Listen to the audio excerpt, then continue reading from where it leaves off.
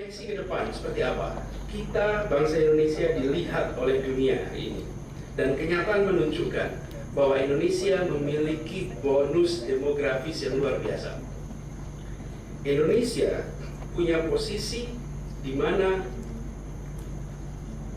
pada periode ini, yaitu periode 2010 sampai dengan 2035,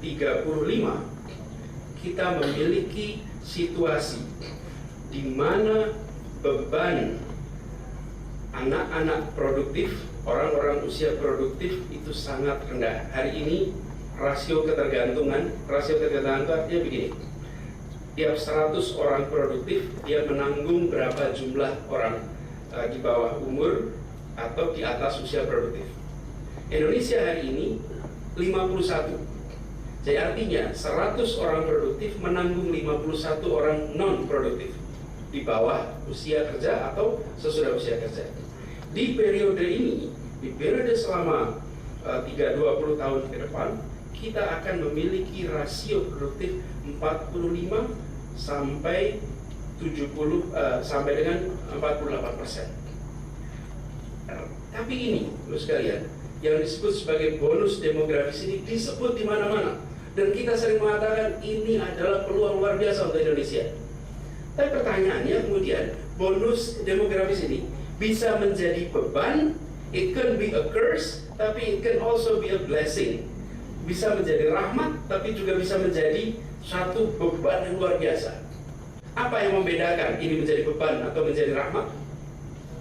Yang membedakan adalah apakah mereka yang berada di sini itu highly educated or not. Bukan sekolah pendidikan tinggi, apakah terdidik atau tidak. Bila mereka terdidik, maka it will be a bonus yang memberikan peluang. Tapi bila mereka tidak terdidik, maka ini bukan menjadi bonus. Nah, karena itu saya ingin memproyeksikan refleksi pendidikan kita bukan skala mikro, tapi bagaimana kita mengantisipasi perubahan seperti ini. Nah, di sini kita coba lihat realita hari ini. Hari ini, Bapak sekalian, kita lihat jumlahnya. Anak-anak yang masuk sekolah, masuk SD, hari ini itu 5,3 juta masuk SD. Lulus SD 4,4. Masuk SMP 4 juta. Lulus SMP 3,4. Masuk SMA 2,9. Lulus SMA 2,2. Sampai sini saja dulu, tidak usah universitas. 2,2, 4,5,3. Ibu sekalian, 3,1 anak Indonesia hilang di jalan perangkatan kira-kira. Kalau ini didiamkan terus ke depan, kira-kira efeknya seperti apa? Dan di sini belum kita membicarakan tentang universitas. Ini, Ibu sekalian, yang sering luput dari perhatian kita dalam membicarakan pendidikan, yang kita diskusikan di media, di kajian-kajian mereka yang sudah dalam sekolah, yang kita perdebatkan kurikulumnya salah, guru mengajarnya tidak tepat, materinya keliru. Itu mereka yang sudah dalam sekolah. Yang kita harus bereskan adalah mereka yang berada di sini. Bisakah ini sampai ke sini semua? Karena mereka lah bonus demografi kita. Mereka lah bonus demografi kita. Nah, di sini kemudian tantangannya. Kalau kita lihat angka partisipasi secara persentase, fantastis. Indonesia itu persentase untuk sekolah dasar sama dengan Taiwan, sama dengan Jepang, sama dengan Korea Selatan, sama dengan negara-negara yang sangat maju. Tetapi begitu masuk SMP, SMA, we're down, very low. Sampai universitas lebih rendah lagi.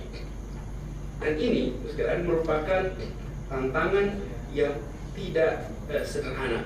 Saya berikan ilustrasinya, mengapa ini bisa terjadi. Kita lihat saja dari jumlah. Baru jumlah saja, kita akan melihat bahwa hari ini jumlah sekolah SD itu ada 165.000, tapi SMP kita hanya 43.000. SMA hanya 25.000. Dari sini kita sudah lihat bahwa kita belum menyiapkan infrastruktur agar bonus demografis tadi itu siap ke atas. Sampai dengan SMA saja, belum pada universitas. Jumlah guru juga begitu. Jadi dari sini terlihat ada tantangan. Bagaimana negara lain? Kalau kita lihat SD-nya, terus sekalian di bagian atas kita ini udah pemain liga utama dunia kita. Tapi begitu masuk SMP SMA divisi 2, divisi 3.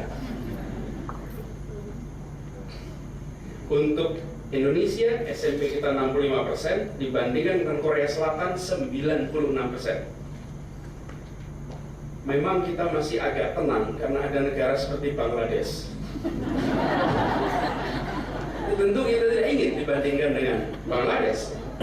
Atau kalau kita lihat di sini SMA kita not too bad dibandingkan dengan Malaysia dan Thailand. Tapi sampai dengan SMP kita masih jauh behind.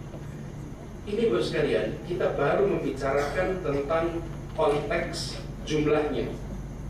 Nah, pertanyaannya kalau kita proyeksikan ke depan seperti apa? Sebagian dari diskusi-diskusi ini perlu kita tarik ke masa depan. Saya ingin coba ajak kita untuk mendiskusikan melihat lebih jauh. Sebagai ilustrasi, misalnya, kalau anak siswa SD hari ini lulus sarjana 16 tahun kemudian, itu tahun 2027, mereka semua bisa masuk, maka merekalah yang nanti akan berperan sebagai lokomotif kemajuan dan pembangunan di Indonesia. Tapi dengan asumsi anak kelas 1 SD ini bisa melanjutkan sekolah hingga kemampuan mereka bisa meraih, dan fasilitas itu harus ada. Di sini menurut saya tantangan. Mungkinkah kita menyiapkan profil seperti ini untuk anak-anak tahun 2007? Ini tantangan. 2027. Tarik ke depan. Dan kalau kita lihat sekarang, dalam konteks sekarang ini, hari ini, maka yang penduduk Indonesia yang berpendidikan SD dan sederajat itu jumlahnya hampir 50%. SD dan sederajat. Jadi kita harus mulai melihat ini dalam konteks ini harus dirubah.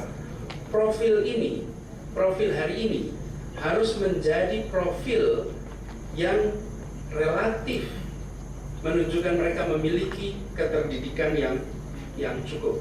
Ini Bapak sekalian baru kita bicara pada konteks jumlah. Apalagi bila kita bicara tentang kualitas. Dan di sini saya ingin coba masukkan data ini kualitas dengan menggunakan Teams. Maka kalau kita lihat di sini, yang warnanya merah itu adalah mereka-mereka yang skornya advance. Yang warnanya biru ini skornya tinggi, ini sedang, rendah, dan di bawah minimum. Ada 5 kategori. Kalau kita lihat negaranya, ini adalah data beberapa negara. Yang ini ada di bawah minimum, rendah, sedang. Mari kita lihat negaranya. Indonesia di posisi paling kanan. 48% kita di bawah minimum.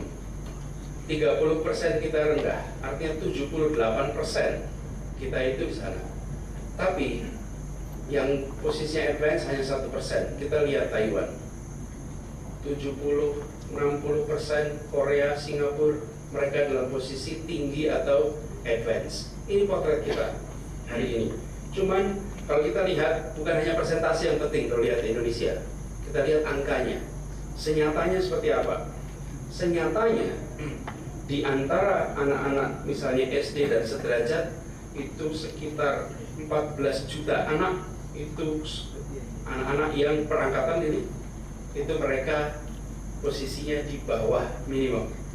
9 juta posisinya di bawah rendah. Jadi bisa dibayangkan seperti apa situasinya. Kita bandingkan komparatif lintas negara. Ini supaya tidak terlalu pesimis. Kenapa saya katakan tidak terlalu pesimis? Mari kita lihat yang skornya advance. Indonesia itu ada 0,4 juta. Itu 4 kali lipat dibandingkan dengan seperti negara Taiwan. Jadi meskipun kita secara persentase itu rendah, tapi karena penduduk kita banyak sekali, maka angka yang 1% itu cukup tinggi secara jumlah total. Bahkan dibandingkan dengan Malaysia misalnya, kita 4 kalinya Malaysia, itu paling penting. Bahwa kita 4 kali Malaysia. Meskipun skor kita itu rendah, tapi karena jumlah penduduknya cukup besar. Tapi coba perhatikan mereka yang below minimum, 20 juta orang bawah minimum. Inilah yang bisa menjadi beban dari bonus demografis kita. Ini yang harus mendapatkan perhatian yang besar. Karena itu kami melihat untuk ke depan Indonesia harus mengambil langkah-langkah terobosan. Dan salah satu langkah terobosan yang perlu dilakukan adalah dengan meningkatkan kualitas dan distribusi guru serta fasilitas pendidikan, terutama di tingkat